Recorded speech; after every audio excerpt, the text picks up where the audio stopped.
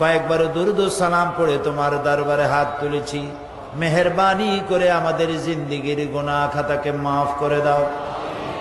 আয় আল্লাহ তাআলা, এ মাহফিলের আয়োজন যারা করেছেন আর শোনার জন্য যারা এসেছেন, কিয়ামতের দিন মুসিবতের সময় এ মাহফিল আমাদের সকলের জন্য নাজাতের ওসিলা বানিয়ে দিও আল্লাহ রব্বুল আলামিন। এই মাহফিলে আল্লাহ তাআলা তোমার দরবারে কিয়ামত পর্যন্ত মাহফিল কবুল করে নাও। ইয়া রব करम तू अगर करे वो बात दे जुबां को जो दिल पर असर करे।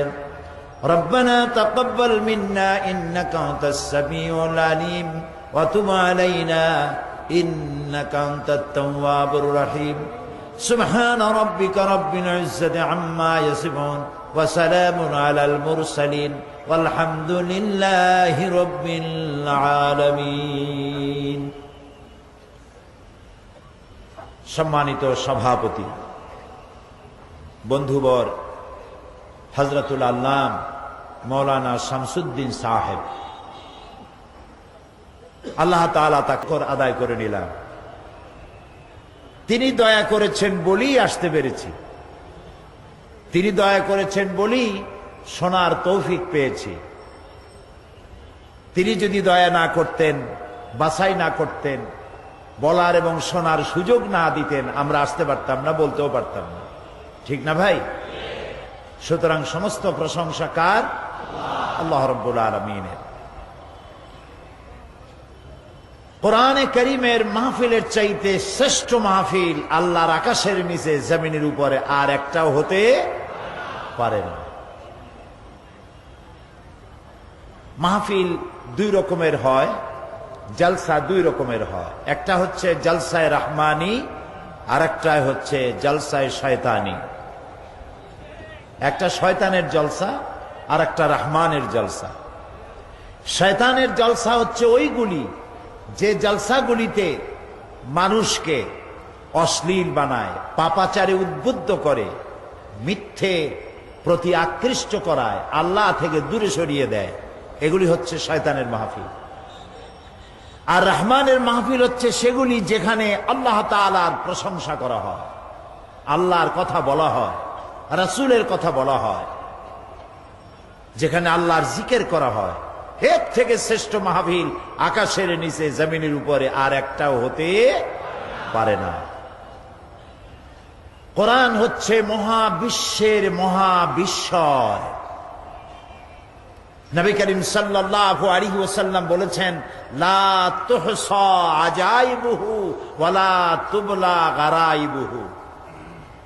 এই কোরআন, এর আশ্চর্যকারিতা, বিস্ময়কারিতার কোনো শেষ নাই। এটা কোনোদিন পুরাতন হবে না, জীর্ণ হবে না। যত শুনবে তত নতুন মনে হবে। সুবহানাল্লাহ। এটা যদি নতুন না মনে হতো তাহলে 26 বছর একটা জায়গায় এত লোক, এগুলো কি আসতো? 26 বছর, কি মনে করেন আপনারা? এবং প্রত্যেক দিন তো লোক কমা দরকার ছিল। কোরআনের কথা শুনতে যদি একাধিক দিন কোথাও মাহফিল হয় তো লোক কি ক্রমান্বয়ে কমে না বাড়ে? কমে না বাড়ে? কারণ কি? পুরান পুরান কথা কয় সেই জন্য নাকি? কোরআন চির নতুন। সুবহানাল্লাহ। শোনা কথা আরো একবার যদি শোনে, আরো 10 বার শোনে, তারপরেও মোহাব্বত বাড়ে। সুবহানাল্লাহ। এর নাম হচ্ছে কোরআন। এটা বিজ্ঞানের মহা উৎস। জীবন পরিচালনার সকল নীতি দিয়ে সমৃদ্ধ করা হয়েছে কোরআনকে। জীবন পরিচালনা করতে যত নীতিমালা প্রয়োজন, সমস্ত নীতিমালার মূল নীতি কোরআনে কারীমের মধ্যে বিধৃত করা হয়েছে। এবং আল্লাহর প্রতি ঈমান আর পরকালে বিশ্বাস, এই দুটি জিনিসই প্রকৃতপক্ষে মানুষকে জবাবদিহিমূলক জীবন আচরণে তাকে বাধ্য করে। ইসলাম হালাল এবং হারামের একটি সীমারেখা নির্ধারণ করে দিয়েছে। সামাজিকতা, নৈতিকতা, লেনদেন সম্পর্কে বিধিবিধান দিয়েছে। আর এগুলি কার্যকর করার জন্য ইসলাম সামরিক বাহিনী ব্যবহার করে নাই, পুলিশ ব্যবহার করে নাই, মানুষের ঈমান এবং প্রত্যয় এগুলিকে মানতে বাধ্য করেছে। সুবহানাল্লাহ। পৃথিবীতে আইন প্রয়োগ করার জন্য গভর্নমেন্টকে যে কত খরচ করতে হয়, কত চেষ্টা করতে হয়, কত পুলিশ, কত আর্মি, কত বিডিআর কাজে লাগানো লাগে, তারপরেও আইন কার্যকরী করা খুবই কঠিন। কিন্তু ইসলামের আইন, কোরআনের আইন প্রতিষ্ঠা করতে এত কষ্ট হয় নাই, যেহেতু আল্লাহ রাব্বুল আলামিন একটি ভিন্ন তর্জে, একটি ভিন্ন কায়দায় এই আইনগুলিকে কার্যকরী করেছেন। প্রথমে মানুষের জেহেন তৈরি করেছেন, তারপরে আইন প্রয়োগ করেছেন। একদিনই জাকাত আসে নাই, একদিনই নামাজ ফরজ হয় নাই, একদিনই হজ ফরজ হয় নাই, একদিনই মদের আইন, মদকে নিষিদ্ধ করা হয়নি। মানুষের মন মস্তিষ্ককে মোটিভেশন করা হয়েছে, তার জেহেন তৈরি করা হয়েছে, তার মেন্টালিটি তৈরি করা হয়েছে, তারপরে আইন দেওয়া হয়েছে।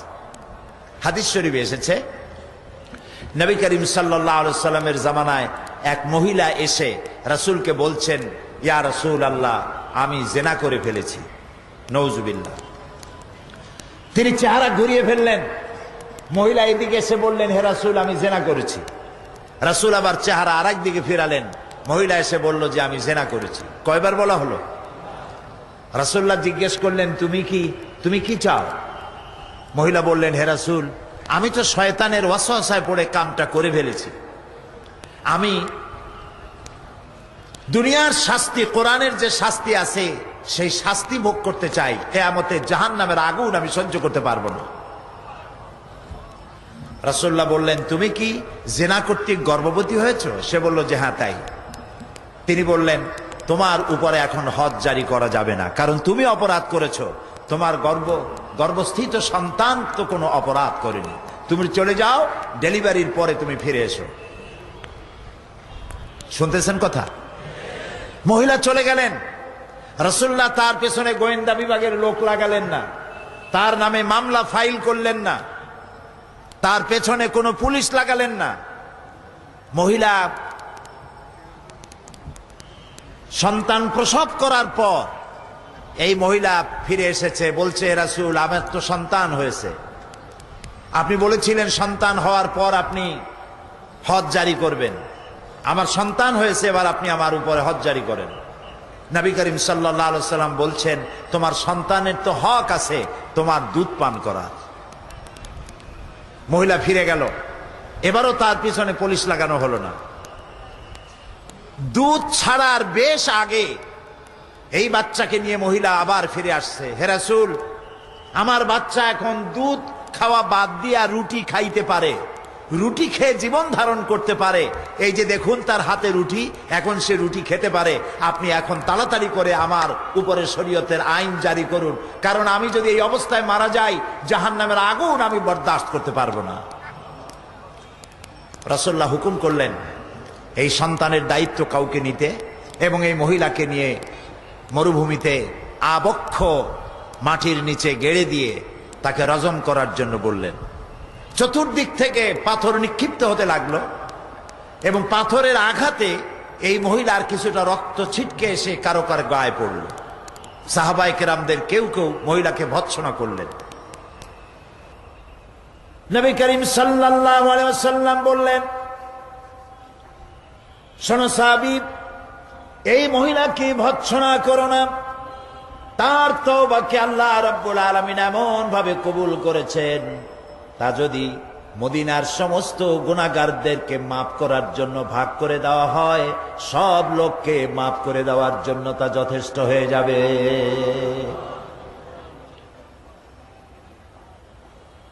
এই হাদিস আমি এই জন্য শোনালাম, ইসলাম আইন প্রয়োগ করার জন্য বল প্রয়োগ করেনি, সেনাবাহিনী এবং পুলিশ ব্যবহার করেনি।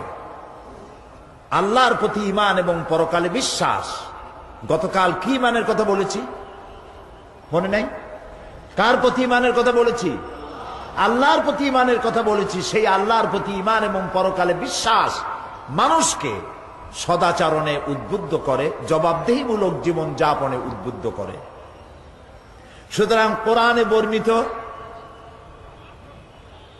কোরআনে বিভিন্ন জায়গায় বিধিনিষেধ এর সীমারেখা অঙ্কন করা হয়েছে আর বলা হয়েছে তিলকা হুদুদুল্লাহ, এই হলো আল্লাহর সীমানা, ফালা তাকরাবুহা, এর নিকটবর্তীও হইও না, এই সীমানাকে ক্রস করো না। সুতরাং আল্লাহ যে হালাল এবং হারাম কোরআনে বর্ণনা করেছেন, আদেশ এবং নিষেধ করেছেন, এটাকে মেনে, হালাল এবং হারামকে মেনে, আদেশ নিষেধকে মেনে নিয়ে যারা জীবন পরিচালনা করে তারাই প্রকৃতপক্ষের মুসলমান। আর ওরা মুসলমান নয়, ওরা মুসলমান নামের অযোগ্য, যারা মুসলিম নাম ধারণ করে ওজনে কম দেয়, খাদ্যে ভেজাল দেয়, মিথ্যা কথা বলে, মদ জুয়ায় ডুবে থাকে, জেনা ব্যভিচারে লিপ্ত হয়, সরকারের আর জনগণের টাকা আত্মসাৎ করে, সরকারকে অথবা জনগণকে অস্থিতিশীল করার জন্য নৈরাজ্য সৃষ্টি করে, সন্ত্রাসী তৎপরতা চালায়। এরা মানুষ নামের কলঙ্ক। আজকে ইসলাম আর সন্ত্রাস দুটোকে মিলায় ফেলানো হয়েছে। সন্ত্রাসী বলা হচ্ছে মুসলমানদেরকে। ইসলাম গোড়া থেকেই ইসলাম সন্ত্রাস, ইসলামে সন্ত্রাস নাই। ইসলামে আগেও ছিল না সন্ত্রাস, এখনো কোনো সন্ত্রাস নাই।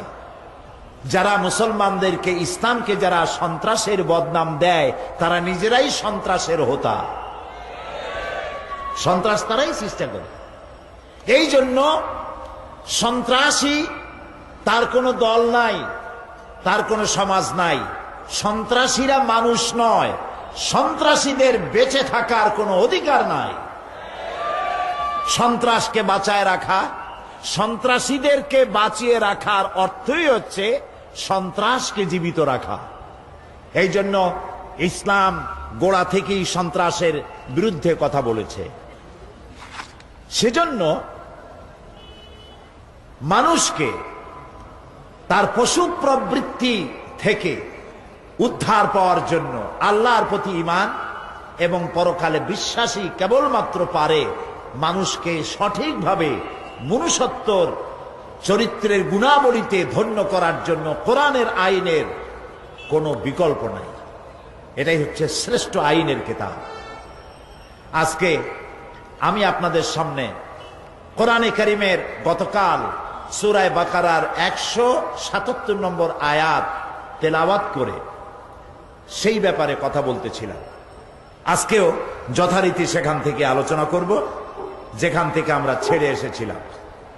আপনারা আমার সাথে পড়ে নেন, কারণ শয়তান চায় না মানুষ আল্লাহর কোরআন শুনে হেদায়েত পাক। এটা শয়তান সহ্য করতে পারে না, ঠিক না ভাই? সেই জন্য শয়তানের ওয়াসওয়াসা থেকে পানাহ দিতে পারেন কেবলমাত্র কে? আসুন আল্লাহর কাছে শুরু করছি। লাইসাল বিররা আন তুওয়াল্লু বুজুহাকুম কিবালাল মাশরিকি ওয়াল মাগরিবি ওয়ালাকিন্নাল বিররা মান আমানা। লাইসাল বিররা আন তুওয়াল্লু বুজুহাকুম কিবালাল মাশরিকি ওয়াল মাগরিব। পূর্ব দিকে আর পশ্চিম দিকে মুখ ঘুরানো, এটার মধ্যেই কল্যাণ নিহিত নয়। প্রকৃত পুণ্যের কাজ হচ্ছে, নেকির কাজ হচ্ছে আল্লাহর প্রতি ঈমান, পরকালে বিশ্বাস, ফেরেশতা, কিতাব এবং নবীদের প্রতি বিশ্বাস। গতকাল আমরা আল্লাহর প্রতি ঈমানের ফায়দাগুলি বলতেছিলাম। আজকে আলোচনা করব আখিরাতের প্রতি ঈমান, এবং এই আলোচনাগুলি আল্লাহ যদি ইচ্ছে করেন আমাদের হেদায়েতের জন্য যথেষ্ট হতে পারে। আমরা বলি আমিন, সবাই বলি আমিন। পরকাল, আমরা সাধারণত দুইটি কালে বিশ্বাসী, দুই জগতে বিশ্বাসী, ইহজগৎ আর পরজগৎ, ইহকাল আর পরকাল। আখিরাতের প্রতি ঈমান আনার অর্থই হলো যে মানুষের জন্ম এক বিশেষ উদ্দেশ্যে হয়েছে। সে এক দায়িত্বশীল সত্তা, তাকে এক পূর্ণাঙ্গ জীবন ব্যবস্থা দেওয়া হয়েছে, সে অনুযায়ী তাকে আমল করার দায়িত্ব দেওয়া হয়েছে, এবং তা পরিত্যাগ করে ইচ্ছা মতো জীবন যাপন করতে পারবে না। এক কথায়, যেই ব্যক্তি পড়েছেন লা ইলাহা ইল্লাল্লাহু মুহাম্মাদুর রাসূলুল্লাহ। জোরে পড়েন, লা ইলাহা ইল্লাল্লাহু মুহাম্মাদুর রাসূলুল্লাহ। কোন ইলাহ নাই আল্লাহ ছাড়া, উপাস্য নাই, মাবুদ নাই, মুহাম্মদ সাল্লাল্লাহু আলাইহি ওয়াসাল্লাম আল্লাহর রাসূল। এই কথা যারা ঘোষণা করলো তাদের জীবনকে তারা দুইটা ভাগ করতে পারবে না। এক ভাগে আল্লাহর কথা মানবো, আর এক ভাগে নিজের ইচ্ছা মতো চলবো। নামাজ, রোজা, হজ, যাকাত আল্লাহর কথা মতো, অর্থনীতি, সমাজনীতি, রাষ্ট্রনীতি আর একজনের কথা মতো। জীবনকে দ্বিধা বিভক্ত করার কোনো এখতিয়ার কোনো মুসলমানকে দেওয়া হয় নাই।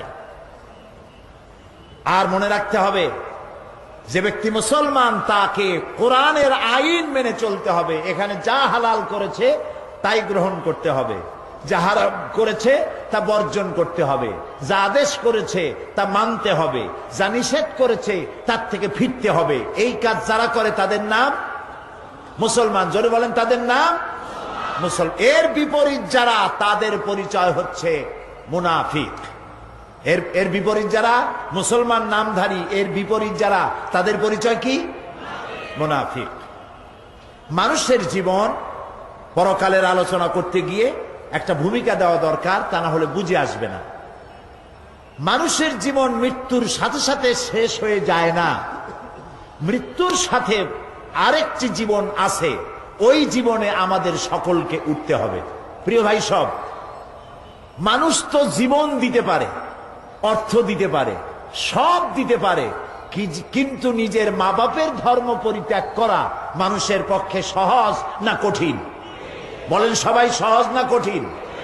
নবী করিম সাল্লাল্লাহু আলাইহি ওয়াসাল্লাম যখন ইসলামের দাওয়াত দিলেন, তখন কাফেরেরা নিজেদের বাপ মায়ের 14 গোষ্ঠীর ধর্ম পরিত্যাগ করে ইসলামে এসেছিলেন। এটা কি রাসূল জাদু করেছিলেন? নাউজুবিল্লাহ, জাদু করেন না। তিনি তাদেরকে এই কথাটা বুঝাতে সক্ষম হয়েছিলেন যে এই জীবন শেষ নয়, তোমাদের সকলের মৃত্যু হবে, আমরা সবাই মরে যাব। এই মৃত্যুর পর আরেকটা জীবন আসবে, ওই জীবনে এই জীবনের প্রত্যেকটি কাজ এবং কথার হিসাব আল্লাহর দরবারে দিতে হবে। এই কথা বুঝাতে রাসূল সক্ষম হয়েছিলেন। সুবহানাল্লাহ।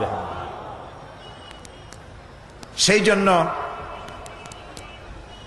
এই পৃথিবী একদিন শেষ হয়ে যাবে, আমরা মরে যাব, এই পৃথিবী একদিন শেষ হয়ে যাবে, তারপরে নতুন এক জীবন আসবে। কোরআনের পরিভাষায় সেদিনের নাম কিয়ামত, সেই দিনের নাম আখিরাত। প্রিয় ভাই সব, এইটার নাম কোরআন শরীফ। এর নাম কি? এর মধ্যে কয়টা পারা আছে? 30 পারা।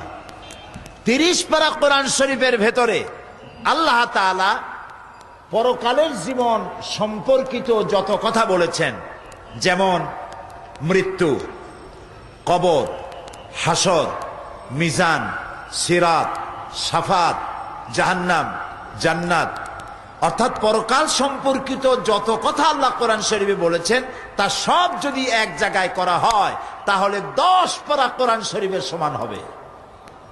তার মানে গোটা কোরআনের 1/3 পরকালের কথা বলা হয়েছে। একটি মানুষ ভালো হওয়ার জন্য যে আয়াতটি আমি বাছাই করেছি আপনাদের শোনাবার জন্য, এই একটি লম্বা আয়াতের ব্যাখ্যা যদি আমরা আমল করতে পারি, গ্রহণ করতে পারি, দুনিয়ায় সার্থক জীবন, পরকালে জাহান্নাম থেকে আল্লাহ মুক্তি দিবেন। আমরা বলি আমিন। আখিরাতের উপরে ঈমান আনার কারণেই মানুষের জীবন সুন্দর হতে পারে এবং জীবন সুষম হতে পারে। পরকাল হবার একটি যুক্তি এভাবে দেওয়া যায়, বহুত যুক্তি আছে, তা আমি দেব না, এক কথায় বলি। সারা বছর ব্যবসা করার পর যেমন হিসাবের জন্য একটা দিন আসে, সারা বছর পরীক্ষা দেওয়ার পর, লেখাপড়া করার পর পরীক্ষা দেওয়ার যেমন একটি সময় আসে, অনুরূপভাবে এই পৃথিবীতে জীবনকাল শেষ হয়ে যাওয়ার পর একটি সময় আসবে, যেই সময়টার নাম হলো কিয়ামত, যেই সময়টার নাম হলো আখিরাত। এই কিয়ামত কবে হবে এটি প্রশ্ন। আল্লাহ রাব্বুল আলামিন কিয়ামতের কথা বলেছেন, ইন্নাল্লাহা ইনদাহু ইলমুস সাআহ ওয়া ইউনাজ্জিলুল গায়সা ওয়া ইয়া'লামু মা ফিল আরহাম وما تدري نفس ماذا تكسب غدا وما تدري نفس بأي أرض تموت إن الله عليم خبير إن الله عنده علم الساعة নিশ্চয়ই কিয়ামত কবে হবে এই জ্ঞান আল্লাহর কাছে। এই জ্ঞান কার কাছে? কিয়ামত কবে হবে এ কথা কেউ বলতে পারবে না। কে পারবেন বলতে? আল্লাহ তাআলা। এখানে আল্লাহ তাআলা 5টি জ্ঞানের কথা বলেছেন, যে 5টি বিষয় আল্লাহর নলেজে রয়েছে। অসংখ্য জিনিস আল্লাহর নলেজে, সবই আল্লাহর নোটিশে। আল্লাহ তাআলা এখানে 5টি কথা বলছেন। কিয়ামত কবে হবে এটা আল্লাহ তাআলা জানেন।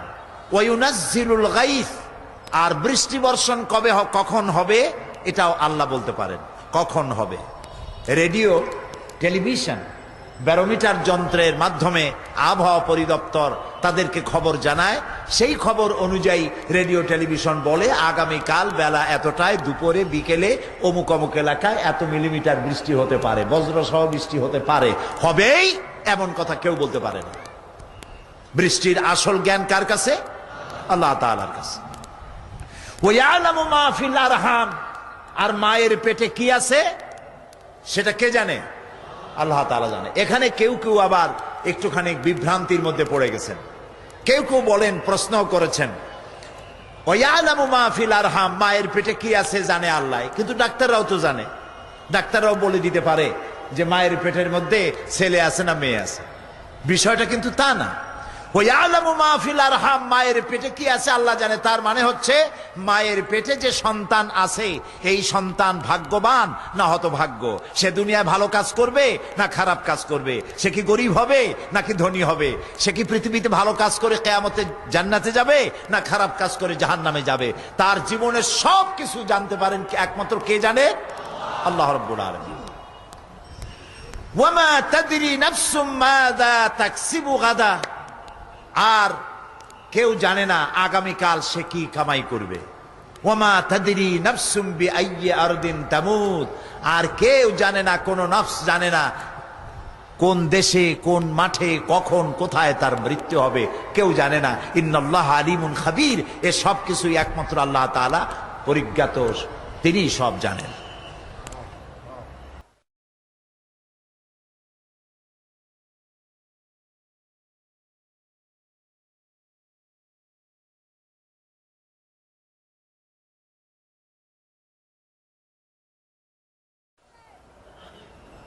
পেগম্বরের ছেলে পর্যন্ত বিগড়ে গেছে।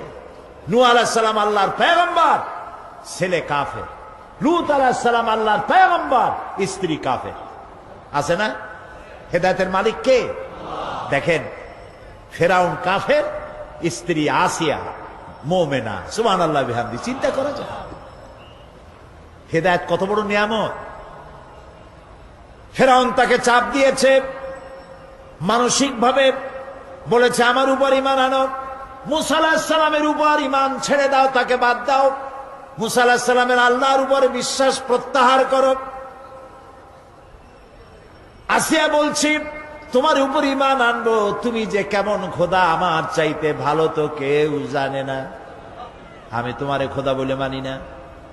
ফেরাউন বলল, লোক লস্করকে ডেকে বলল, এরে নিয়ে যাও, এদেরকে তক্তার মধ্যে লোহাগুলি ফুটায় দিয়া সেই লোহার উপরে ভুট করে শোয়ায় দাও, আর চতুর্দিক থেকে মারতে থাকো, পিটাইতে থাকো, লোহাগুলি শরীরে ফুটতে থাকুক, তার চিল্লানির আওয়াজ যেন আমি সিংহাসনে বসে শুনতে পাই। আল্লাহর এই বান্দিকে তক্তার উপরে হাজার লোহা পিটাইয়া তক্তা উল্টায় দিয়েছে। লোহাগুলি কি হয়েছে? খড়া হয়ে গেছে। ওর উপরে ভুট করে শোয়াইয়া পিটানো শুরু হয়েছে। হযরতে আসিয়া প্রাণ ভিক্ষা চাইলেন না। কোরআনে কারীমে রব্বুল আলামিন বলেন, হযরতে আসিয়া কাঁদতে লাগলেন আর বলতে লাগলেন, রব্বুল আলামিন, আমি জালিমের জুলমের মধ্যে পড়েছি। আয় আল্লাহ তাআলা, এই জুলুম থেকে ফেরাউন এবং তার সাথী সঙ্গীদের জুলুম থেকে আমারে বাঁচাও, আর তোমার কাছে জান্নাতের ভিতরে আমার জন্য একটা ঘর বানাইয়া দিও, আমাকে ঈমানের মউত দিও। রব্বুল আলামিন ফেরেশতাদেরকে অর্ডার করলেন, আমার ফেরেশতারা আসমানের দরওয়াজাগুলি খুলে দাও, আমার আসিয়া যেন আমার জান্নাত দেখে তার রূহ যেন জান্নাতের দিকে পারওয়াজ করতে পারে। হেদায়েত আল্লাহ যারে দেন,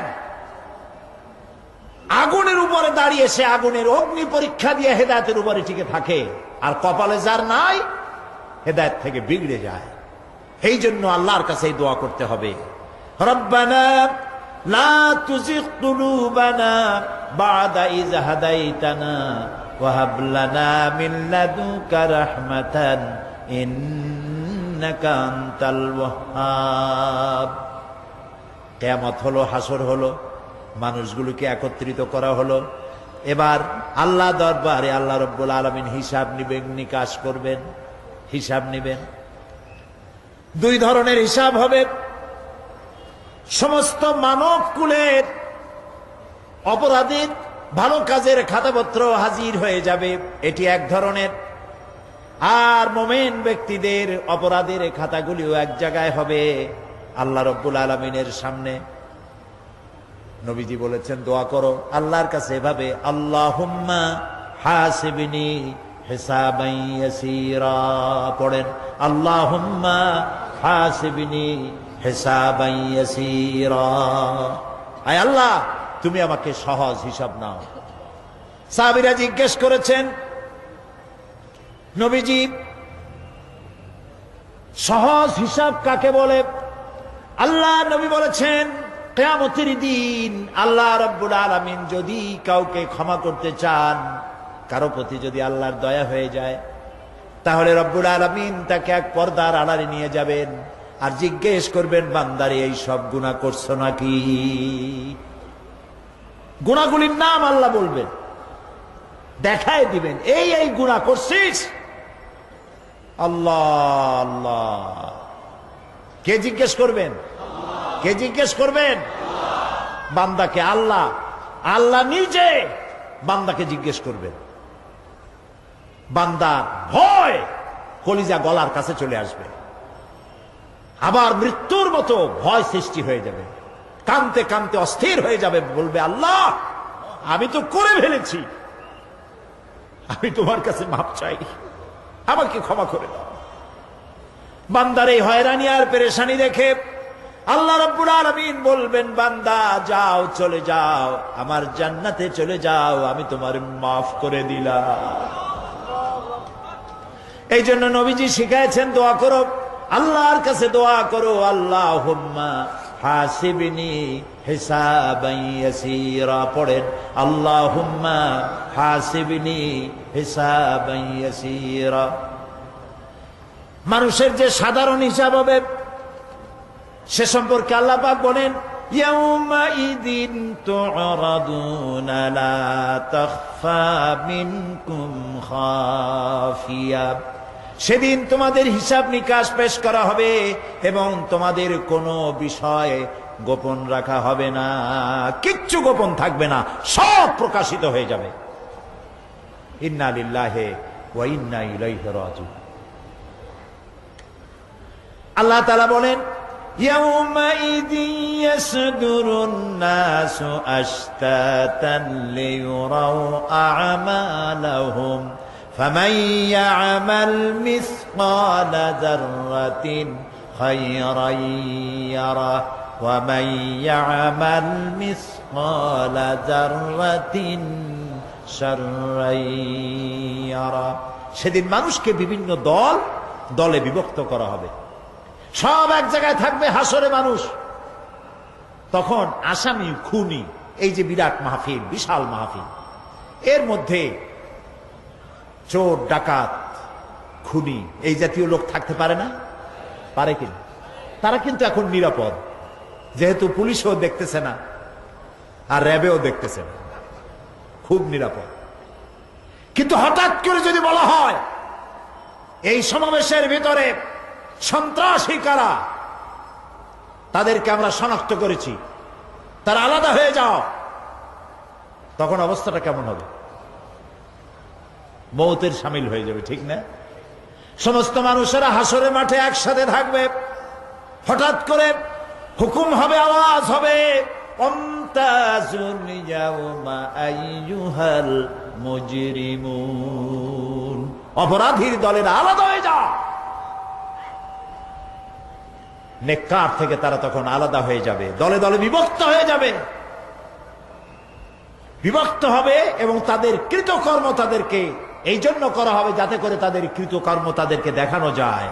অতঃপর কেউ যদি সরিষা পরিমাণ ভালো কাজ করে পুরস্কৃত করা হবে, সরিষা পরিমাণ খারাপ কাজও যদি করে দেখানো হবে এবং সেজন্য তাকে তিরস্কার ভোগ করতে হবে, শাস্তি দিতে হবে। প্রিয় ভাই সব, সেই কঠিন হাসরের ময়দানে সমস্ত মানব গোষ্ঠীকে একত্রিত করা হবে। আমল নামা বলতে সেখানে বোঝানো হয় আমল নামা উপস্থিত করা হবে, যাতে মানুষের সকল ধরনের কর্মগুলিকে লিপিবদ্ধ করে রাখা হয়েছে। আল্লাহ তাআলা বলেন, ওয়াউদিয়াল কিতাবু ফাতারাল মুজরিমিনা মুশফিকিনা মিম্মা ফীহি ওয়ায়াকুলুনা ইয়া ওয়াইলাতানা মা লিহাযাল কিতাব। আর আমলনামা সামনে রাখা হবে, তাতে যা লেখা আছে তার কারণে আপনি অপরাধীদেরকে ভীত এবং সন্ত্রস্ত দেখতে পাবেন। আল্লাহ তাআলা বলছেন আমলনামা হাতে এসে যাবে এবং এই হাতে আমলনামা পাওয়ার পর তারা বলবে, মা লিহাযাল কিতাব লা ইউগাদিরু সগীরাতান ওয়ালা কাবীরাতান ইল্লা আহসাহা। এটা কি আশ্চর্য কিতাব! বড় বড় পাপ যা করেছি তাও লেখা হয়েছে, ছোট ছোট পাপ যা করেছি তাও লেখা হয়েছে। ওয়াজাদু মা আমিলু হাদিরান ওয়ালা ইয়াযলিমু রাব্বুকা আহাদা।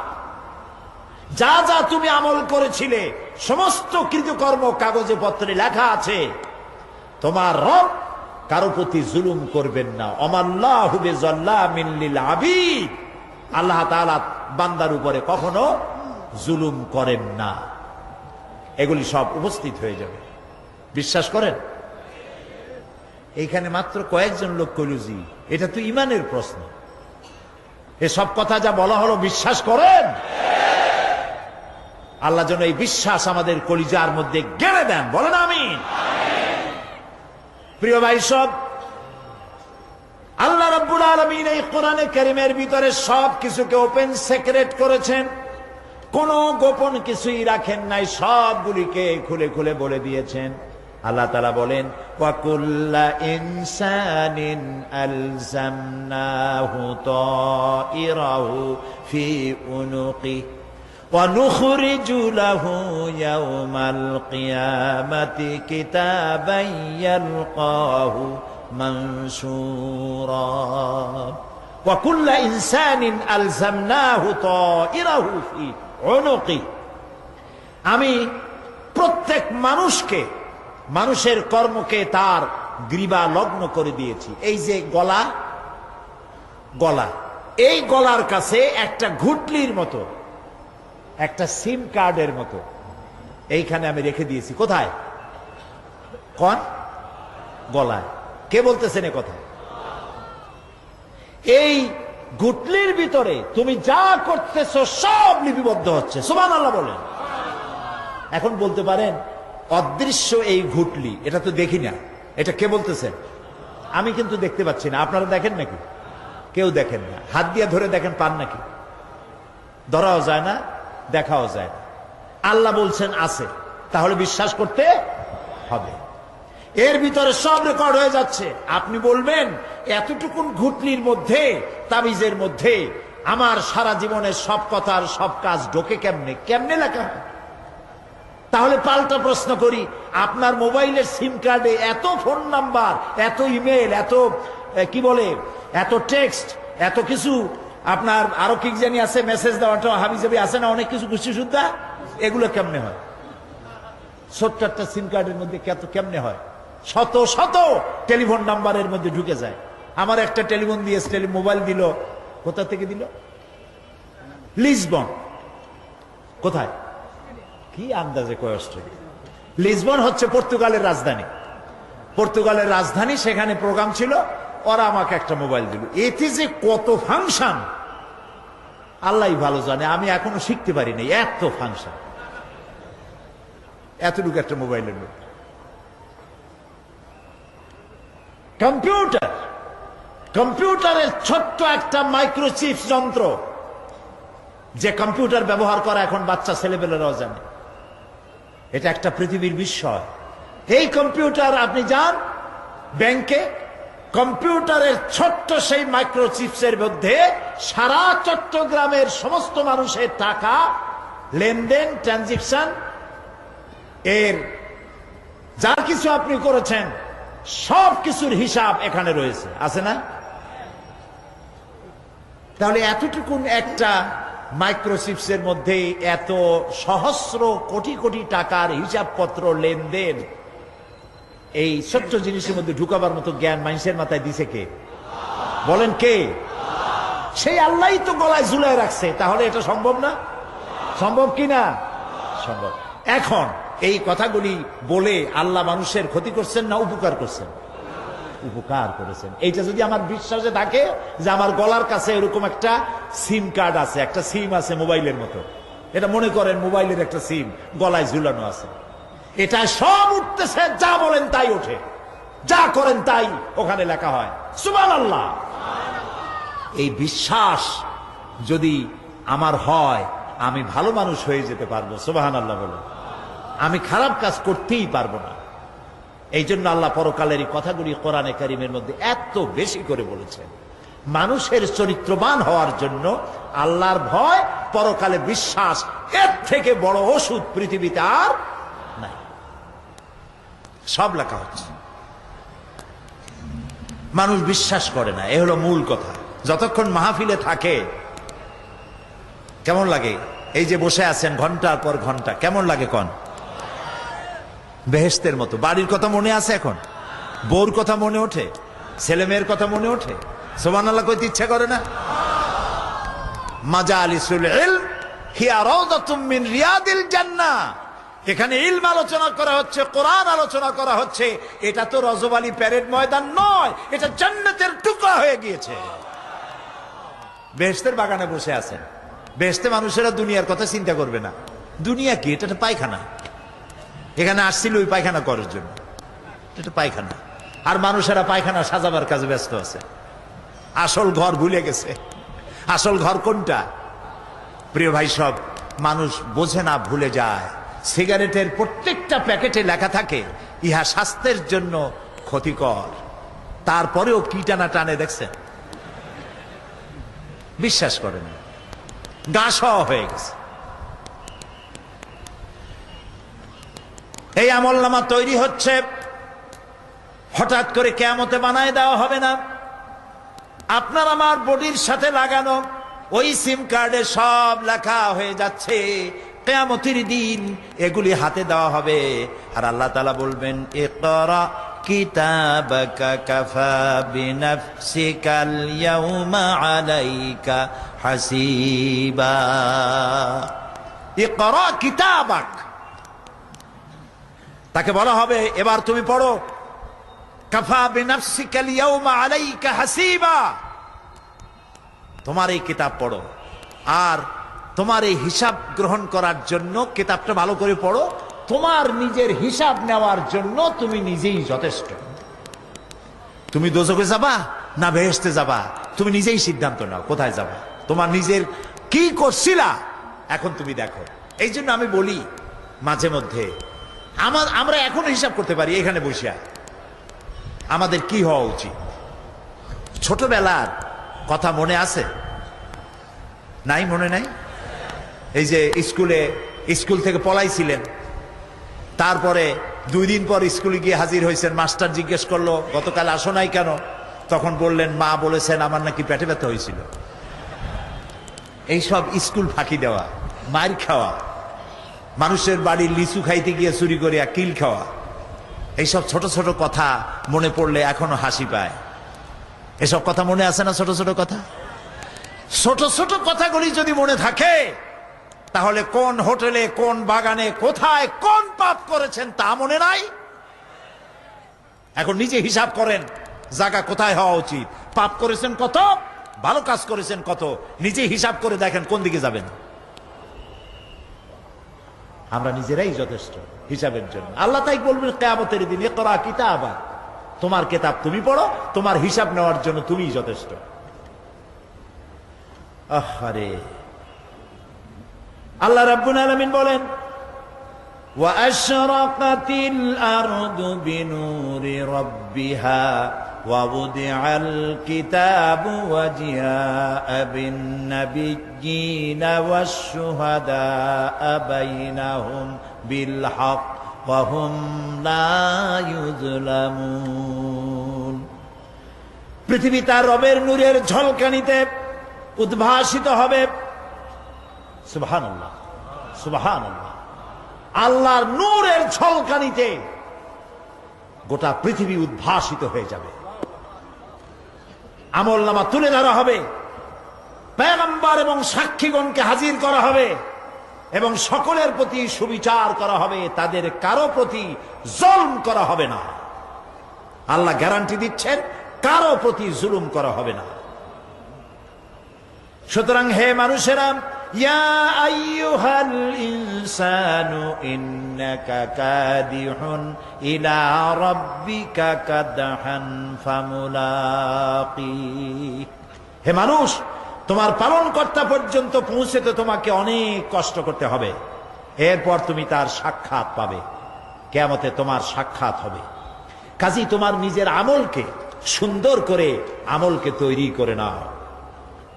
فَأَمَّا مَنْ أُوتِيَ كِتَابَهُ بِيَمِينِهِ فَسَوْفَ يُحَاسَبُ حِسَابًا يَسِيرًا وَيَنْقَلِبُ إِلَى أَهْلِهِ مسرورا। সুবহানাল্লাহ, সুবহানাল্লাহ। যার ডান হাতে আমলনামা দেওয়া হবে, কিয়ামতের দিন আমলনামাগুলি উড়িয়ে দেওয়া হবে। ইমানদারের সামনের থেকে কোন হাতে, আর বেঈমানের পিছন থেকে বাম হাতে। এই আমলনামা যখন যার ডান হাতে আমলনামা পৌঁছে যাবে, তার হিসাব নিকাশ সহজ হয়ে যাবে। আমলনামা হাতে করে আনন্দ চিত্তে সে আপন পরিবারের সঙ্গে মিলিত হতে পারবে। সুবহানাল্লাহ। আল্লাহ কিয়ামতের দিন দয়া করে আমাদের আমলনামা আমাদের ডান হাতে দিয়ে দিও। আল্লাহ তাআলা দয়া করে আমাদের হাতে, আমাদের ডান হাতে আমাদের আমলনামা দিও। দয়া করে আমাদের আমলনামা আমাদের ডান হাতে দিও। আনন্দ চিত্তে পরিবারের সঙ্গে দেখা করে সব পরিবার, মা বাপ, স্ত্রী পুত্র পরিজন, ভাই বোন, বন্ধু বান্ধব নিয়া এক জান্নাতে থাকার তৌফিক দিও। আয় আল্লাহ, বিগত 26 বছর যারাই মাহফিলে এসেছেন তাদেরকে নিয়ে এক জান্নাতে থাকার আমাদেরকে তৌফিক দিয়ে দিও।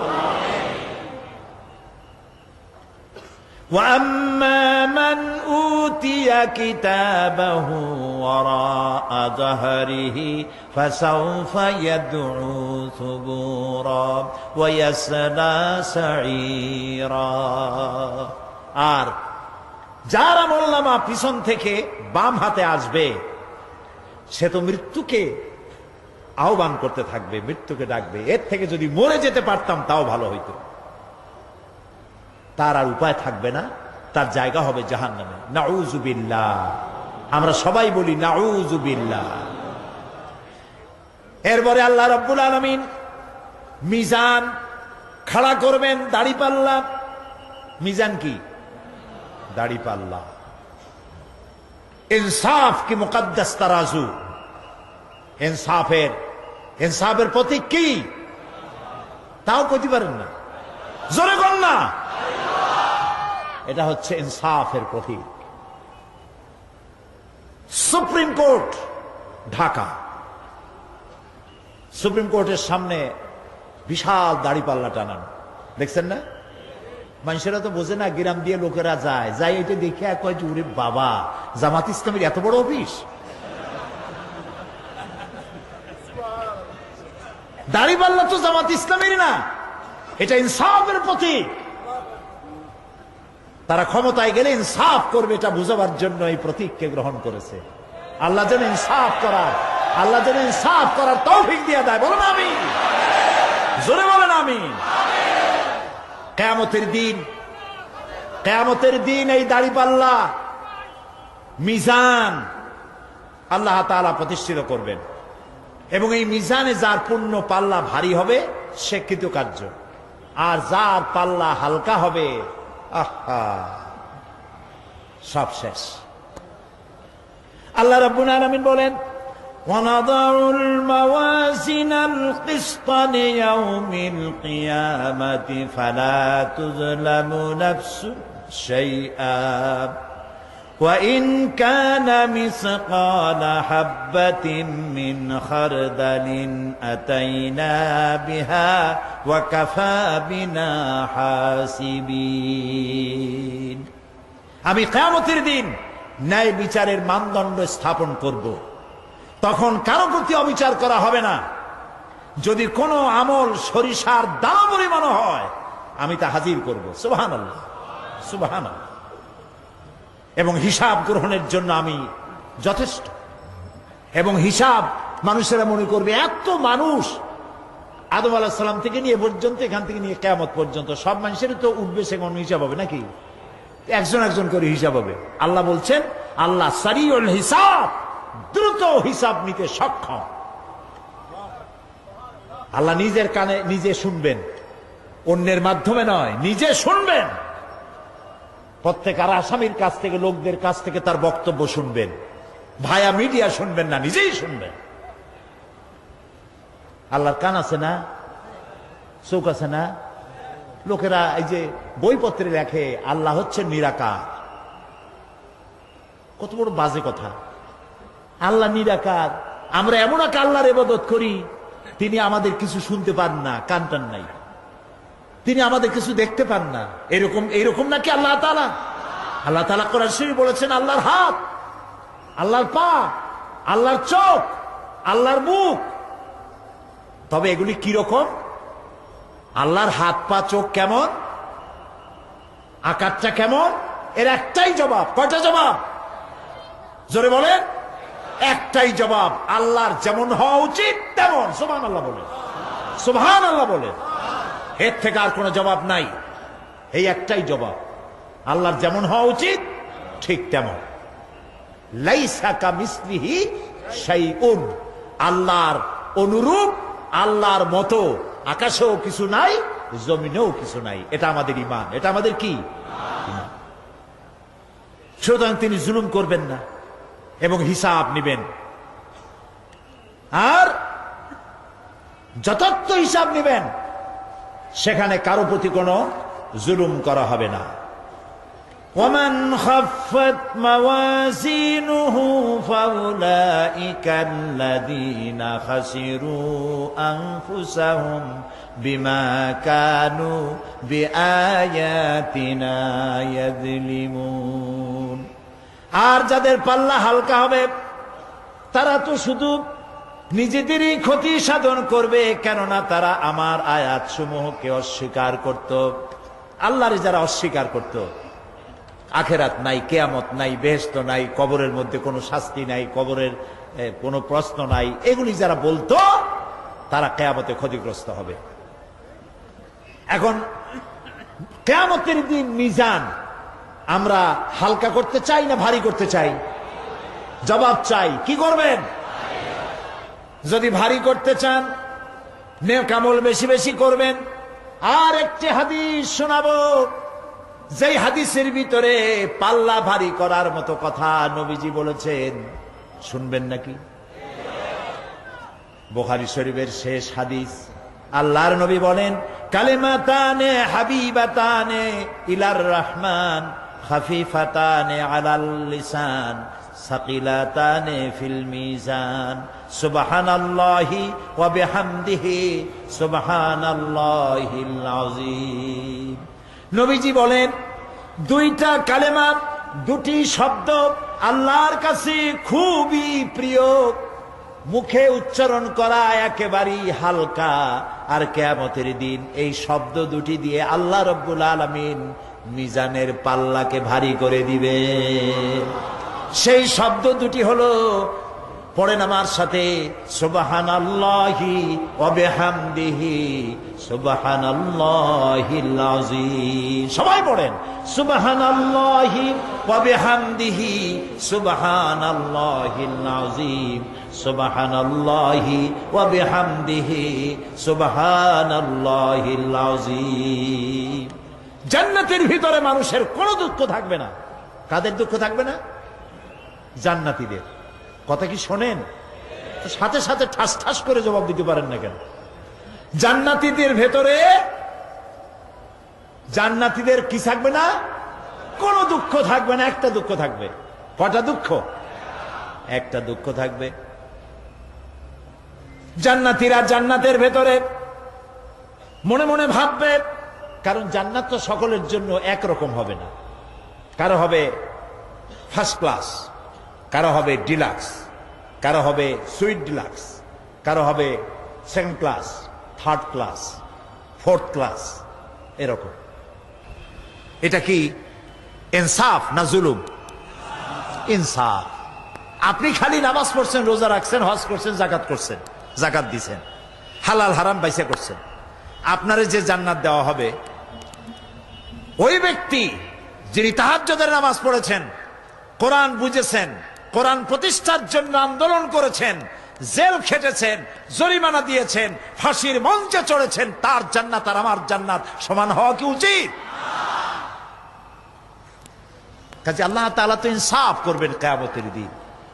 নবীদের, সাহাবীদের, তারপরে দ্বীনের জন্য যে যত পরিশ্রম করেছেন তার পুরস্কারটা সেরকমই হবে। এই জান্নাতীর ভিতরে, জান্নাতীদের মধ্যে কোনো দুঃখ থাকবে না, একটি দুঃখ ছাড়া। তারা মনে মনে ভাববেন, রব্বুল আলামিন, অমুক অমুক সময় চায়ের দোকানে বসে আড্ডা মেরেছিলাম, বাসের মধ্যে ঘন্টার পর ঘন্টা বসেছিলাম, আজে বাজে চিন্তা করেছি, সময় চলে গেছে ঘন্টার পর ঘন্টা। ওই সময়গুলিতে যদি তোমার নামের জিকির করতাম, তেলাওয়াত করতাম, তাহলে জান্নাতের ভিতরে আজ আমি আরো ভালো ভালো জায়গা পাইতাম। হাদিস শরীফে এসেছে, কিয়ামতের দিন জান্নাতীদেরকে আল্লাহ বলবেন, তেলাওয়াত করো আর উপরে উঠতে থাকো, তেলাওয়াত করো আর উপরের দিকে উঠতে থাকো, ধীরে ধীরে পড়ো, ধীরে ধীরে তেলাওয়াত করো। ধীরে ধীরে তেলাওয়াত করতে করতে তোমার তেলাওয়াত জান্নাতের যে স্তরে গিয়ে শেষ হবে, জান্নাতের ওই জায়গা তোমার জন্য বরাদ্দ হবে। এখন যার মুখস্থ সাদি খালি কুল্লু আল্লাহ আর ইজাজা নাসরুল্লাহ, দুই পাও দিয়েই বসে থাকবে। আহারে, কোরআন শরীফ মুখস্থ করেন, আল্লাহ যেন আমাদেরকে মুখস্থ করার তৌফিক দেন, বলেন আমিন। এজন্য উৎসাহ থাকা দরকার। উৎসাহ হইলেই আপনি পারবেন। জেহেন শক্তি সকলেরই কম বেশি আছে, চেষ্টা করলেই পারবেন। সেই জন্য আমি বলতে চাই, কিয়ামতের দিন জান্নাত যদি আল্লাহ তাআলা দয়া করে আমাদেরকে নসিব করায় দেন, যদি বলবো না, বলবো আল্লাহ তুমি দয়া করে আমাদেরকে জান্নাত দিও, বলেন আমিন। জান্নাতের ভিতরে এই দুঃখ যেন না আসে, সেই জন্য বাসে যখন চড়েন, গাড়িতে চড়েন, রিকশায় চড়েন, একা একা যাচ্ছেন, গুনগুন করে আল্লাহর জিকির করতে থাকেন, সুবহানাল্লাহি ওয়া বিহামদিহি সুবহানাল্লাহিল আযীম সুবহানাল্লাহি ওয়া বিহামদিহি সুবহানাল্লাহিল আযীম সুবহানাল্লাহি ওয়া বিহামদিহি সুবহানাল্লাহিল আযীম। জিকির করেন সবাই কিছুক্ষণ, সুবহানাল্লাহ আলহামদুলিল্লাহ লা ইলাহা ইল্লাল্লাহ সুবহানাল্লাহ আলহামদুলিল্লাহ লা ইলাহা।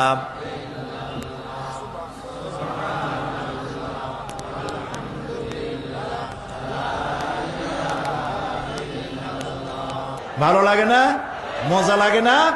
প্রাণ খুলে বলেন সুবহানাল্লাহ ওয়ালহামদুলিল্লাহ লা ইলাহা ইল্লাল্লাহ সুবহানাল্লাহ ওয়ালহামদুলিল্লাহ লা ইলাহা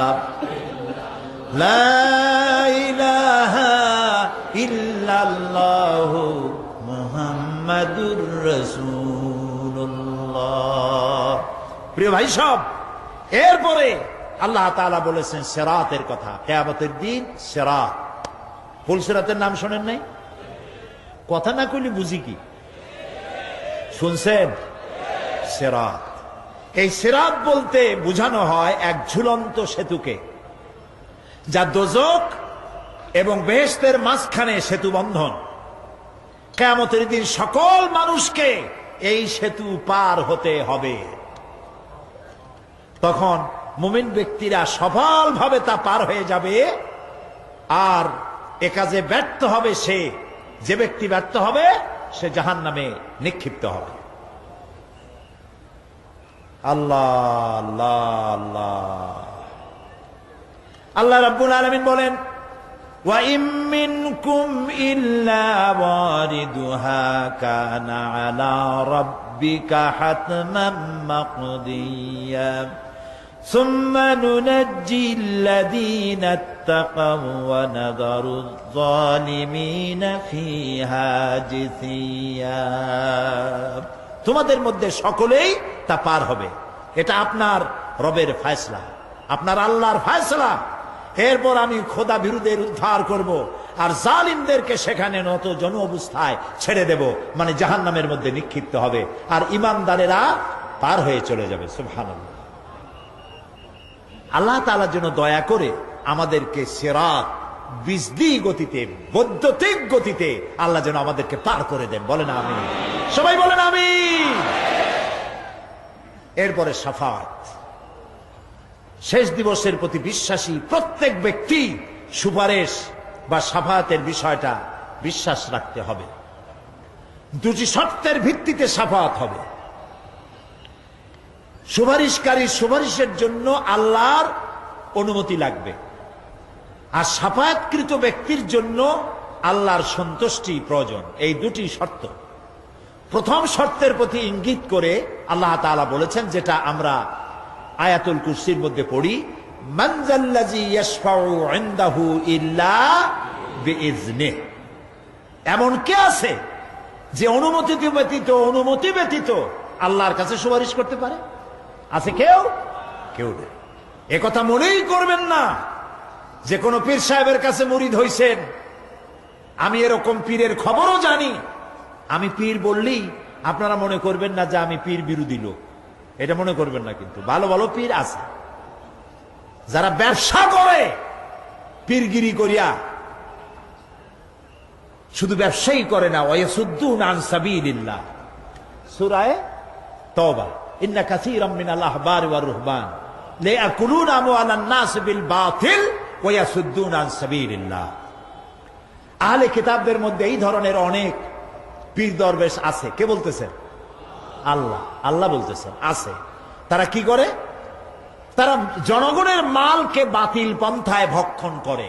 জনগণকে এমন একটা ভাব দেখায় যে আমাদেরকে হাদিয়া তওবা দিতে পারলে, আমাদের কদমবুসি দিতে করতে পারলেই বেহেশতে চলে যাবা, কারণ আমরা হলাম আল্লাহর এজেন্ট। নাউজুবিল্লাহ। পাও দুইখান আগেই বাইর করে রাখে যাতে লোকেরা কিছু একটা করতে পারে। হায় হায়, এদূর জনগণের মাল খাইয়া যদি পেটে তেল মাইখা, নাবিতে তেল টেল মাইখা ডেকে যদি থাকতো চুপ করে, তাও ভালো হইতো। আল্লাহ কয় যে এই পর্যন্ত থাকে না। ওয়ায়াসুদ্দুনা আন সাবিলিল্লাহ, আল্লাহর দ্বীন প্রতিষ্ঠার পথে তারা বাধা দেয়। ওর আকীদা খারাপ, ওর এই খারাপ, ওর তাই খারাপ, ওইখানে যাইও না। আল্লাহরে পাইতে হইলে আমার বাড়ি আসো, আমার কাছে মুরিদ হও। আমি ছাড়া ইসলাম কোন জায়গায় নাই। নাউজুবিল্লাহ। সব খারাপ। মানে ইসলাম যেন একটা মনোবলি বিজনেস। এটি হচ্ছে একটা ঘিয়ের দোকানের মতো। আমার দোকানেই কেবল ঘাটি ঘি পাওয়া যায়, আর খাঁটি ঘি কোনো জায়গায় পাওয়া যায় না। এই ধরনের শয়তানি কথা বলার কোনো সুযোগ ইসলামে নাই।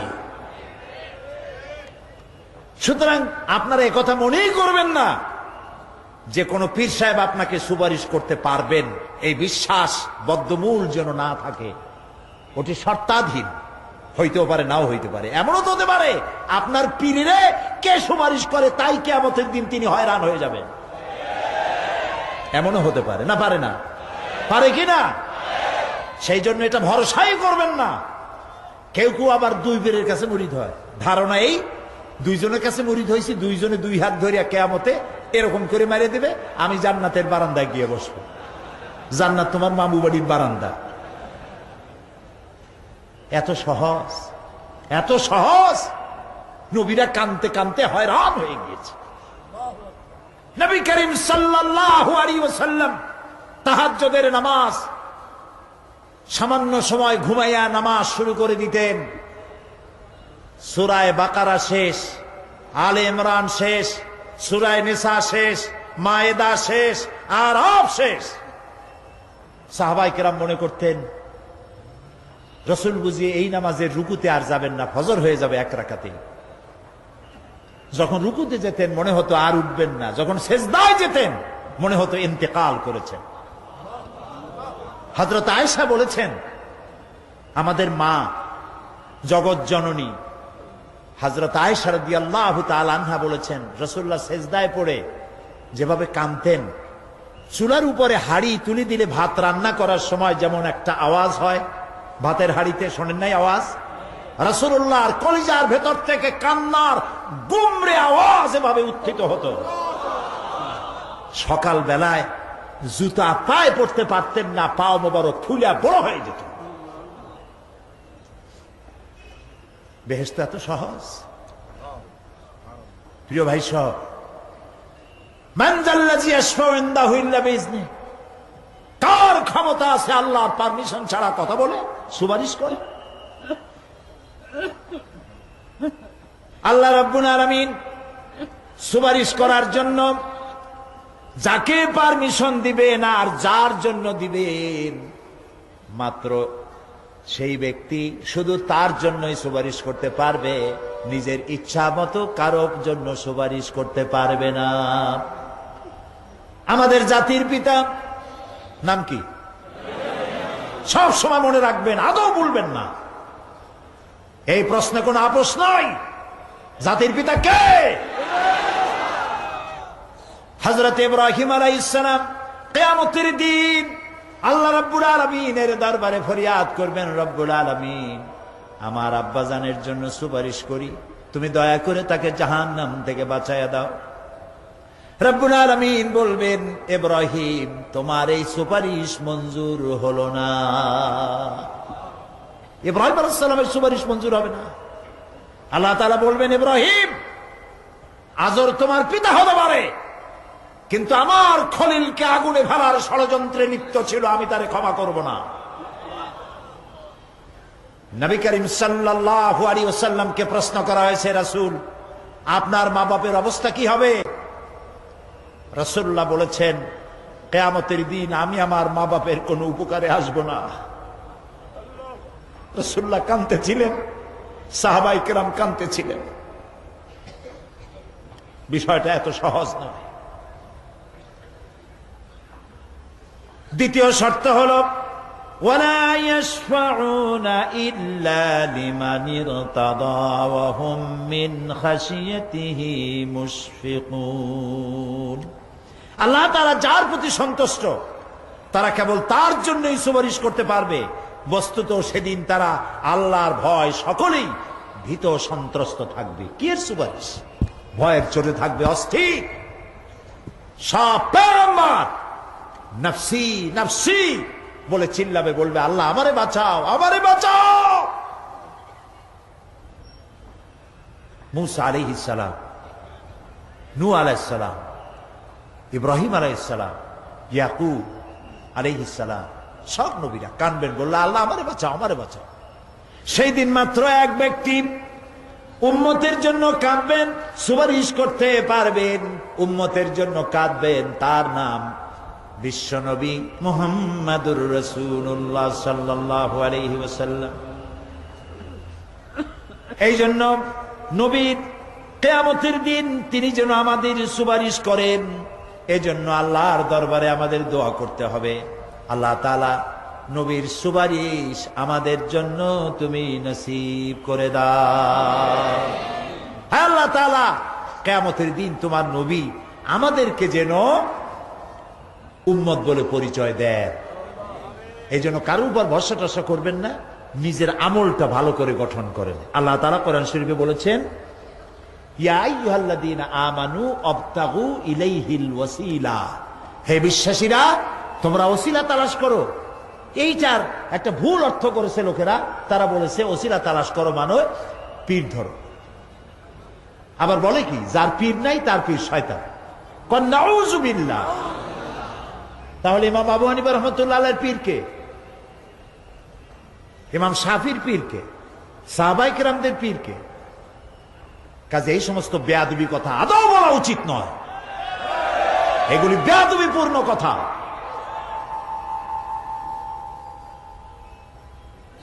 প্রিয় ভাই সব, আল্লাহ রাব্বুল আলামিনের উপরে ভরসা করে নিজের আমলকে ভালো করতে হবে। অবতাগু ইলাইহিল ওয়াসিলা আয় আমলে সালেহ। অবতাগু ইলাইহিল ওয়াসিলা, তুমি নেক আমলের ওসিলা ধরো আল্লাহর কাছে, নিজের আমলগুলিকে ভালো বানাও, ভালো ভালো কাজ করো। সুপারিশ সম্পর্কে সর্বশেষ কথা বলতে চাই। আল্লাহ রাব্বুল আলামিন বলেন, কুল লিল্লাহিস শাফাআতু জামিআ লাহু মুলকুস সামাওয়াতি ওয়াল আরদি সুম্মা ইলাইহি তুরজাউন। হে নবী, স্পষ্টভাবে জানিয়ে দিন, সমস্ত সুপারিশ কেবল আল্লাহর এখতিয়ারাধীন। কে বলতেছেন? শুনতেছেন কথা? কে বলতেছেন? আবার শোনাই। আল্লাহ তাআলা বলছেন, কুল লিল্লাহিস শাফাআতু জামিআ। বলে দিন হে নবী, সুপারিশের সমস্ত ব্যাপারটি কেবলমাত্র আল্লাহর এখতিয়ারাধীন।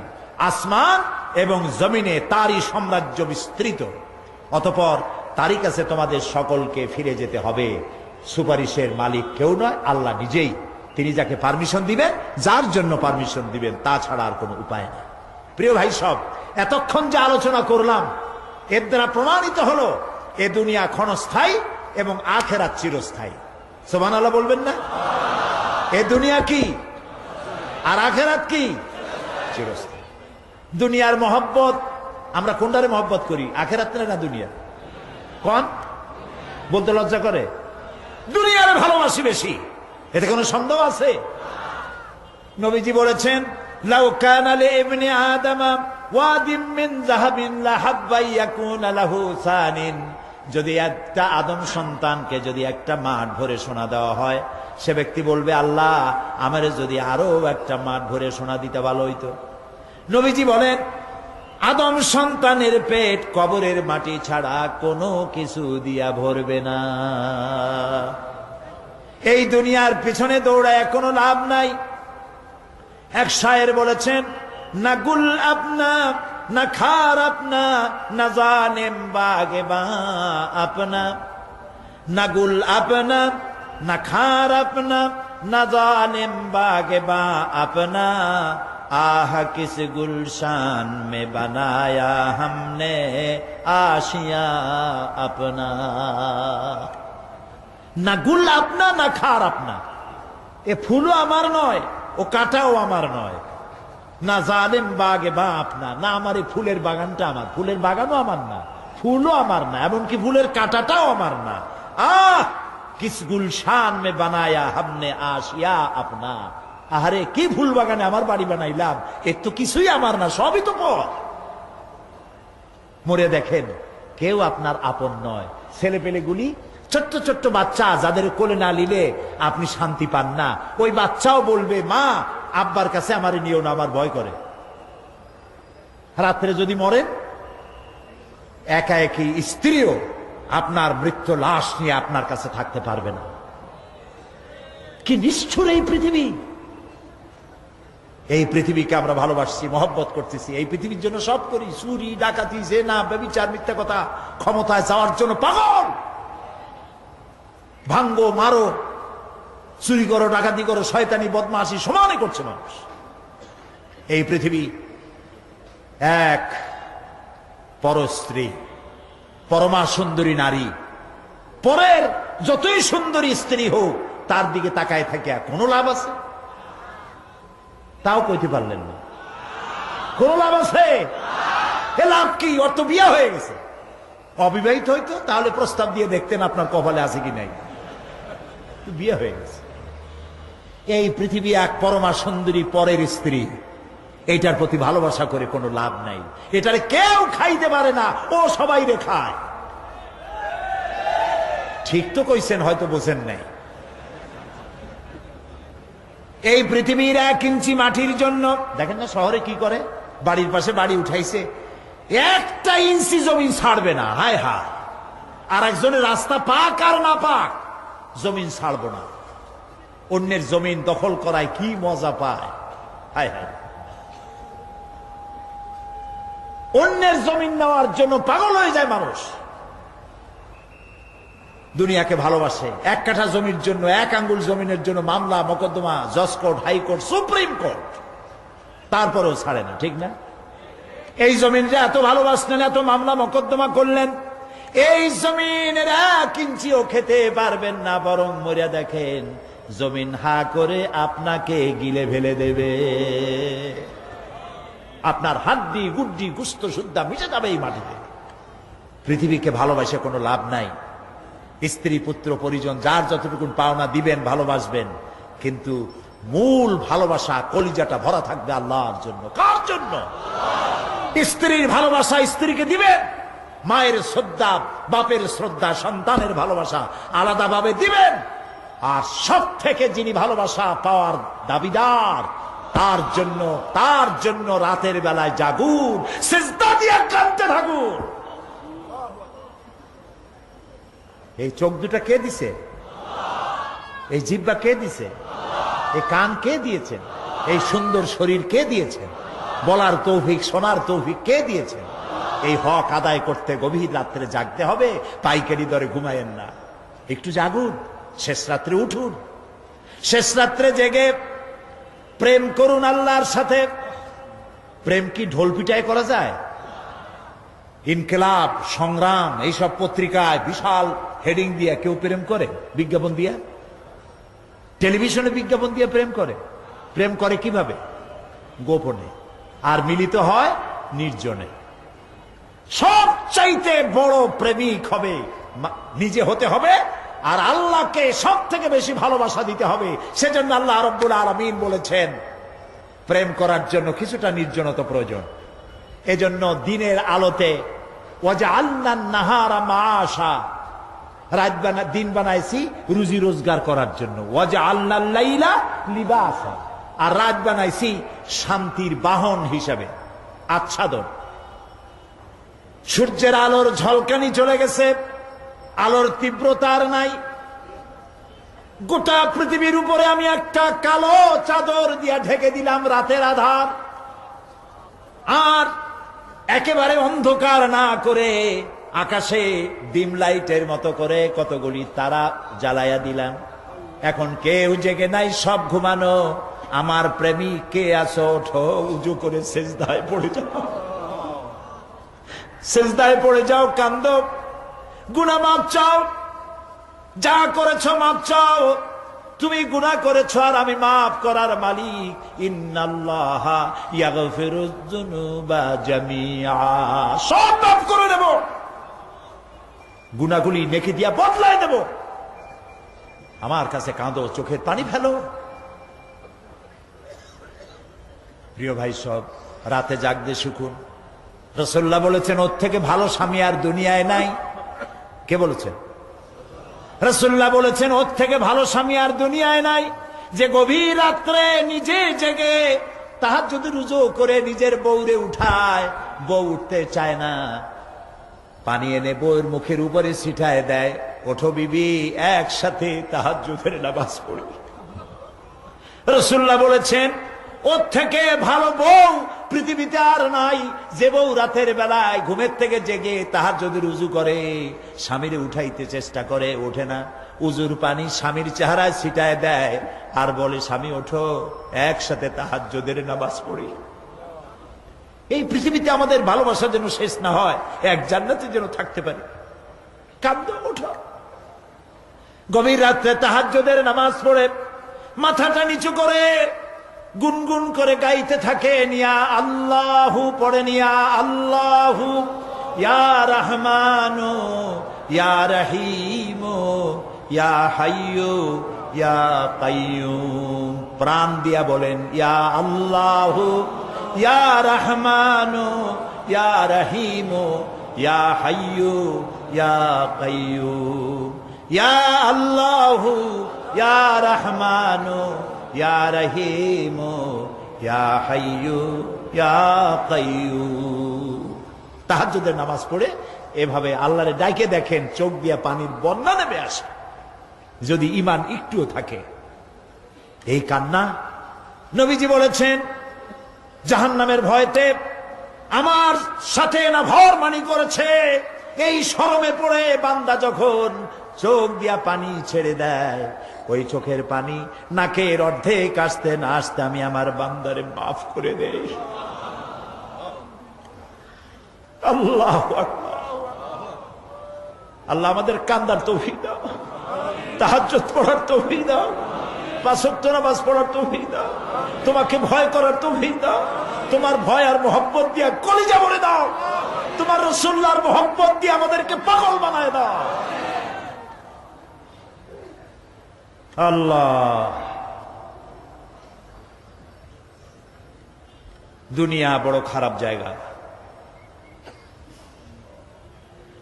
এই দুনিয়ায় আল্লাহর কাছে সৌন্দর্য চাইতে হবে দুনিয়া, কিন্তু দুনিয়াকে স্থায়ী মোহব্বত করা যাবে না। প্রিয় ভাই সব, আপনি যদি লন্ডনে যান, আমেরিকায় যান, কোনোদিন যান নাই, যাইতে হলে এখান থেকে টেলিফোন করেন, ওখানে বন্ধু বান্ধব আছে নাকি?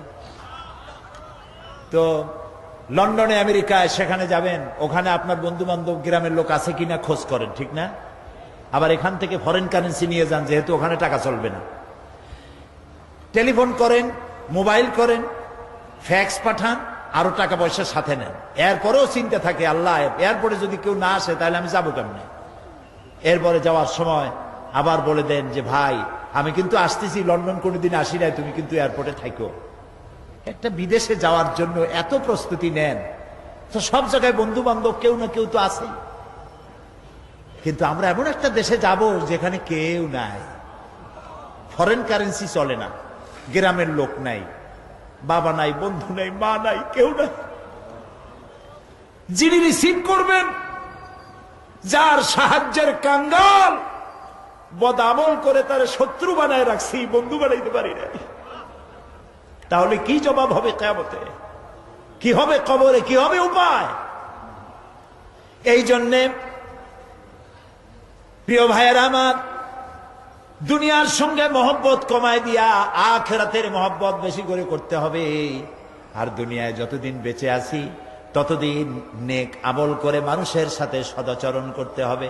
আল্লাহ তাআলা বলেছেন, লাইসাল বিররা আন তুওয়াল্লু ওয়াজুহাকুম কিবালাল মাশরিকি ওয়াল মাগরিবি ওয়ালাকিন্নাল বিররা মান আমানা বিল্লাহি ওয়াল ইয়াউমিল আখির। পূর্ব এবং পশ্চিমে কতবার তুমি মাথা ঝুঁকাইছো, এটাই কিন্তু তোমার জন্য কল্যাণ। এর মধ্যেই কল্যাণ নিহিত নয়। তার মানে কি? আপনি কত সেজদা আল্লাহরে দিলেন, কত মানুষ তো আছে সেজদা দিতে দিতে কপালে কালো দাগ হয়ে গেছে, আছে না? কিন্তু মিথ্যা ছাড়ে নাই, ঘুষ ছাড়ে নাই, সুদ ছাড়ে নাই, মানুষের হক নষ্ট করছে, গভর্নমেন্টের হক নষ্ট করে, জনগণের হক নষ্ট করে, আছে না এমন? তাহলে কপালে দাগ পড়ায় লাভটা হইল কি? এই জন্যই আল্লাহ বলছেন, কপালটা, চেহারাটা কোন দিকে ঘুরাইলা, পূব দিকে না পশ্চিম দিকে, এটার উপরে কল্যাণ নিহিত নয়।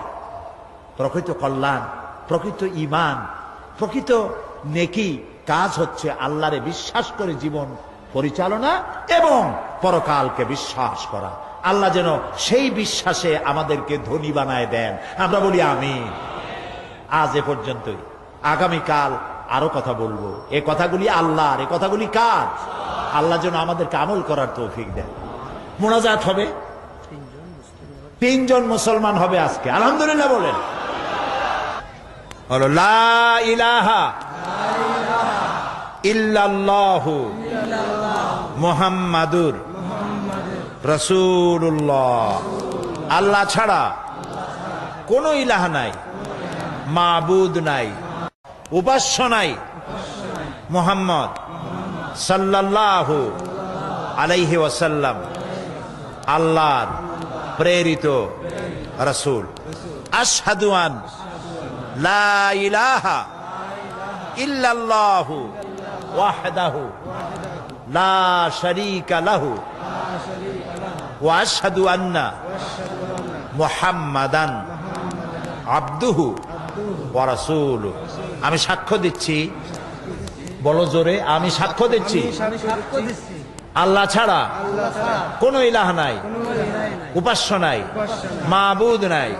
তিনি এক, তিনি একক, তার কোনো অংশীদার নাই।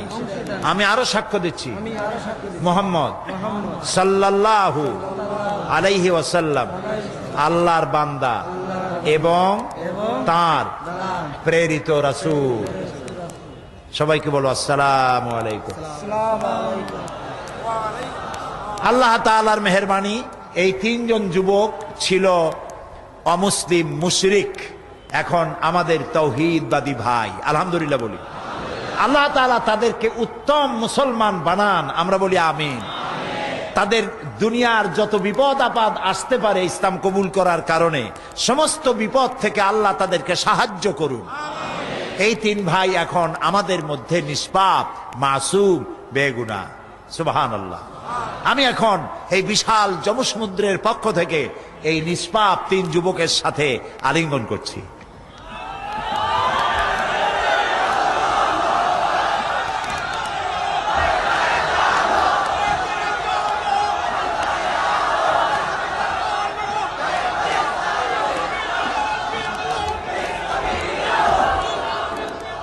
اللهم آمين. ربنا ظلمنا أنفسنا وإن لم تغفر لنا وترحمنا لنكونن من الخاسرين. ربنا لا تزغ قلوبنا بعد إذ هديتنا وهب لنا من لدنك رحمة إنك أنت الوهاب. أي الله تعالى হাজার হাজার জনতা তোমার বান্দা বান্দি দীর্ঘক্ষণ তোমার কোরআনের কথা, তোমার হাবিবের হাদিসের কথা শুনেছেন। আল্লাহ তাআলা দয়া করে মেহেরবানি করে আমাদের জিন্দেগীর গুনাহ মাফ করে দাও রব্বুল আলামিন। সারা জীবন জেনেও গুনাহ করেছি, না জেনেও করেছি, বুঝেও করেছি, না বুঝেও করেছি। আল্লাহ তাআলা আজ বিনীতভাবে তোমার কাছে ক্ষমা চাই, দয়া করে আমাদের জিন্দেগীর গুনাহ মাফ করে দাও। হায় আল্লাহ তাআলা, আমাদের মা বাপ যাদের দুনিয়া থেকে বিদায় হয়ে গেল, কবরগুলিকে জান্নাতের টুকরা বানায়া দাও। রব্বির হামহুমা কামা রব্বায়ানি সগীরা। সবাই পড়েন রব্বির হামহুমা কামা রব্বায়ানি সগীরা। আয় আল্লাহ তাআলা, আমাদের মা বাপ যাদের বেঁচে আছে সুস্থ রাখো, ভালো রাখো। আল্লাহ তাআলা তাদেরকে আরজালিল উমর থেকে রক্ষা করো, ঈমানের সাথে তোমার দরবারে সুস্থ অবস্থায় উঠায় নিও রব্বুল আলামিন। আয় আল্লাহ তাআলা, সারা পৃথিবীতে মুসলমানেরা যত জায়গায় বিপদগ্রস্ত, মুসলমানদের তুমি হামি ও নাসির হয়ে যাও। আল্লাহ তাআলা, কোরআন থেকে যে কথা বললাম, যা আমরা শুনলাম, আমাদের আমল করার তৌফিক দান করে দাও। আমাদের নামাজি বানাও, দিনদার বানাও, পরহেজগার বানাও। আল্লাহ তাআলা, আমাদের স্ত্রী পুত্র পরিজন, ভাই বোন, বন্ধু বান্ধব যা তুমি দিয়েছ, সবগুলিকে দিনদার ইমানদার বানায়া দাও। আয় আল্লাহ, লোকেরা বড় আশা করে মাহফিলে আসে, আল্লাহ তাআলা কাউকে তুমি বঞ্চিত করে ফেরত দিও না মাবুদ। আল্লাহ তাআলা, মা বোনেরা কত কষ্ট করে আসেন প্রত্যেক দিন, আল্লাহ তাআলা মা বোনদের প্রতি তুমি রহম করো। তাদের প্রতি ইহসান করো, তাদের গুনাহ খাতা মাফ করো, নিসন্তানীকে সন্তান দিয়ে দাও। আল্লাহ তাআলা এই মাহফিল লক্ষ লক্ষ টাকা, বহু টাকা দিয়ে আয়োজন করা হয়। তুমি জানো আল্লাহ তাআলা সমাজ কল্যাণকে তুমি কখনো ঋণী করনি। আল্লাহ তুমি দয়া করে এবারেও ঋণী রাখো না। আল্লাহ তাআলা তোমার কুদরতি কায়দা দিয়ে, নিজাম দিয়ে আল্লাহ তুমি দয়া করে অভাব পূরণ করে দাও। তোমার বান্দা বান্দীদের কলিজাকে উজাড় করে উন্মুক্ত হস্তে এদেরকে সাহায্য করার তৌফিক দিয়ে দাও। আল্লাহ তাআলা যারা নাকি ঢাকা থেকে বহু জায়গা থেকে কষ্ট করে বইপত্র ছাপায় নিয়ে আসছে, আল্লাহ তাআলা তাদের বইগুলি মানুষের হেদায়েতের জন্য আল্লাহ তুমি দরজা খুলে দাও। আল্লাহ তাআলা সকলকে দ্বীনি ইলম অর্জন করার পিপাসা বাড়ায় দাও। আল্লাহ তাআলা আমাদের যার যে রোগ আছে, অসুখ আছে, আল্লাহ তুমি মাফ করে দাও। আল্লাহ আমরা রোগাক্রান্ত, আল্লাহ তাআলা আমরা রোগাক্রান্ত, আমাদেরকে দয়া করে ক্ষমা করো। আল্লাহর একটা কথা বলি, তুমি দয়া করে আমাদের চোখ দিছো, কান দিছো, মুখ দিছো, হার্ট দিছো, কিডনি দিছো। আল্লাহ তুমি আমাদের যত নিয়ামত জন্মসূত্র দিছো, জন্মের সূত্রে যা আমরা পেয়েছি তোমার কাছ থেকে, মৃত্যুর আগে এর একটা নিয়ামত আমাদের কাছ থেকে তুমি ছিনাই নিও না বাবু। আল্লাহুম্মা আফিনি ফি বাদানি, আল্লাহুম্মা আফিনা ফি সামি, আল্লাহুম্মা আফিনা ফি বাসারি, লা ইলাহা ইল্লা আনতা। ربنا تقبل منا إنك أنت السميع العليم وتب علينا إنك أنت التواب الرحيم سبحان ربك رب العزة عما يصفون وسلام على المرسلين والحمد لله رب العالمين واجعل آخر كلامنا عند الموت لا إله إلا الله মুহাম্মাদুর রাসূলুল্লাহ। আসসালামু আলাইকুম ওয়া রাহমাতুল্লাহ।